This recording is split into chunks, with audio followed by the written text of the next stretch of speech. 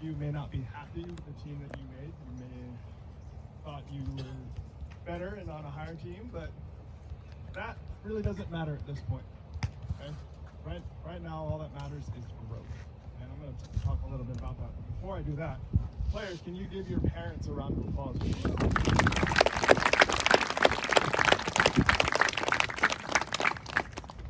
My kids aren't quite playing sports yet, but I know that parents, you guys travel a lot, you commute in some rush hour traffic to get your kids at practice and to tournaments, and I think it's a blessing and a privilege to have parents that are willing to do that for their kids.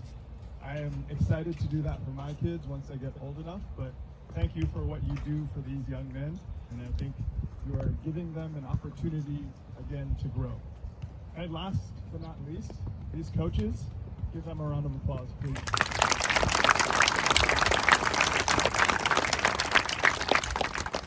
I've worked with a lot of different coaches and coaching staffs, and I truly believe that these people care deeply about you as young men and your growth. It's not about winning volleyball tournaments, it's about who you become as a person. And I truly believe that all of these people want that for you. I've seen them in tears, I've seen them stressed, wanting the best for you guys to grow. And it's a blessing to have that type of mentorship in your life. So please do not take that for granted. Ask them questions. They have a lot of knowledge they'd like to share with you. And utilize them as human beings to allow you to develop. Okay, so a little bit about myself. I just finished my 14th season in Stanford men's volleyball. I've coached 20 total seasons of collegiate volleyball. Division I level, I was the head coach at NAIA for women's and the head coach at Division III for women's as well. And I also played at the University of Hawaii. I did not get this privilege that you guys have in front of you to play club volleyball. So when I was growing up, it wasn't big on the island that I was from, and I would have had to flown to a different island to play. And I know we have some athletes that travel from other states to play for Beta Bay, because it's an awesome club. But when I was supposed to start playing club, my dad lost his job. And for me to fly to a different island every weekend, it just wasn't feasible for us. So I told my parents that, okay, I'm not going to do that, but I'm still going to figure out how to reach my goal of playing college volleyball. So I've told this story multiple times, but I used to break into my high school gym. There was a sliding glass window that I could push up and push over, and I could get in there, get into the nets, set it up, and I would organize a group of people to get in there with me so I could get reps. The funny thing is, the AD would walk in and he would see me and he would say, hey, just make sure you shut off the lights and close the doors behind you. And my first nationals wasn't until I started coaching college and I started recruiting, and I was like, this is the coolest thing. I wish I had this. And so there's a lot of people that didn't get offers that would like to be where you're sitting right now. And if you guys ever get into a situation where you think, this is not great, think about the other people that would like to be where you're sitting right now. And perspective is always a good thing to hold on to as you go through some challenging times. And so I used to break into my high school gym, get reps. Sometimes I was there by myself, just tossing the ball up in the air, letting it bounce and setting. Because all I wanted to do was play college volleyball. That was my goal. I wrote it down. It was in my journal. I revisited it frequently. And then I had the opportunity to be able to walk on at the University of Hawaii. The first day I walked in, there were grown men that I had to go up against. I was 6'2" and 147 pounds.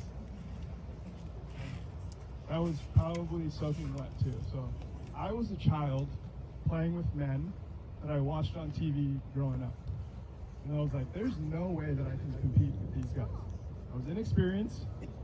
I was goofy-footed, so if you don't know what goofy-footed was, I approached as if I was left-handed as a right-hander. And my teammates teased me because I was goofy-footed. So it was a tough situation for me. But like I told you, I was in the gym for a trial, and I was like, there were a lot of people that would probably like to be in my shoes right now. So my only focus from then on out was to get better and grow, like I said, and be the best possible teammate I could be. So there were practices where I would stand next to the video camera and just block balls from hitting the camera. An entire practice. And I did that the best that I could. No balls hit the camera while I was standing there. And that was my role. I shagged every single ball when I was standing on the side. I wiped the floor if I needed to wipe the floor, and I did everything that a lot of people weren't willing to do. And because of that, I believe I made the team. Okay, so the skinny, 6'2", 147-pound kid made a Division I volleyball team. Thank you. It wasn't for my talent. It wasn't because I was bigger or stronger or faster than anybody else. But it was because I had some value other than that. And I think that's the biggest message that I want you guys to hear. Some of you are very talented. I've watched a number of you play. But you can start to add value to this club, to your team, to your family at home by doing a lot of the things that other people aren't willing to do. Okay? And you can go a long way. I was the least experienced person when I was reaching out to Stanford to be a coach there. But I ordered a lot of food, right, Mason, for the team? I did a lot of the things that other coaches probably aren't willing to do. And if you can be in that frame of mind, the wins will come. Okay, the playing time will come.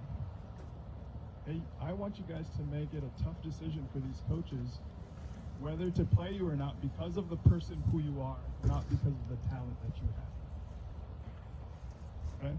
I think that'll go a long way for you. Okay? But I talked about growth, and I want to share this kind of last story with you before I let you go. My son came home with a progress report, and the teacher said, I wish you would participate a little bit more in class. So I took him aside and I said, Eli, are you afraid to participate because you might be wrong? Are you afraid to raise your hand and answer a question because you might be wrong? And he said, yes. I said, what happens if you're wrong? He said, other people may laugh at me, they may look at me funny, they may think that I'm not smart. And I think this is what happens when you guys go out and practice and you go out to tournaments. You're afraid to make mistakes because you're afraid that a social media clip will show you looking like a fool. You may think that your teammates may look at you as less of a person. And that's hindering you from what I've been talking about, growth. You are at an age right now, I don't care if you're 12s or 18s, you are at a point in your volleyball careers where you have to make mistakes. You have to make mistakes. You have to step out of your comfort zone, look funny, look foolish, to make mistakes, because that's where growth will come. And there's a lot of different factors that cause this fear of getting uncomfortable. A lot of it is social. As young men, I think you guys want to be the guy that's the man that bounces the ball, that does all these spectacular things. But that will come if you're willing to make some mistakes and step out of your comfort zone. And so this season, I want to see people doing things that are outside of their comfort zone. I'm going to be around. I'm going to be in the gym watching practices. I'll be at tournaments, supporting and cheering you guys. But think about that. All the players that have come into Stanford and have been the best are the ones that were willing to grow. Push the ego aside and look a little bit foolish. And so I want to wish you guys the best of luck. Championships winning will be a byproduct of how much you guys are willing to step out of that comfort zone. Thank you for your time. I'm excited for you guys this season.